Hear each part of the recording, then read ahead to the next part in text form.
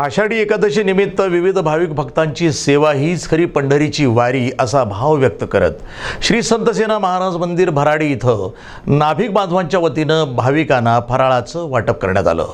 यावेळी भाविक भक्त मोठ्या संख्येनं उपस्थित होते। मराठवाड्याच्या छत्रपती संभाजीनगर जिल्ह्यातील भराडी तालुका येथील नाभिक संत शिरोमणी संतसेना महाराज हे विठ्ठल भक्त होते।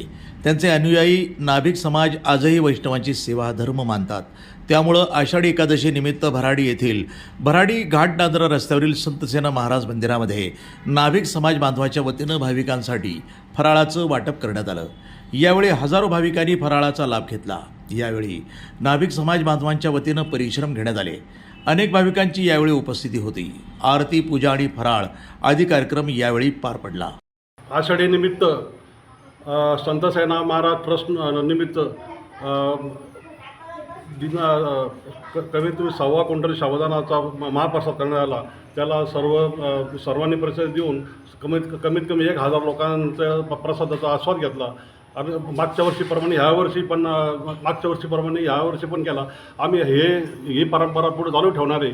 तरी सर्वांनी प्रसाद दिल्यामुळे सर्वांचं आमचं सहकार्य तसेच आमचे संत सेना नाभिक मंडळाचे पुरे कार्यकर्ते इथं हजर होते आणि सर्वांनी सहकार्य केल्यामुळं हा कार्यक्रम पार पडला। प्रतिनिधी दादासाहेब काळे, जिल्हा छत्रपती संभाजीनगर, NTV न्यूज मराठी।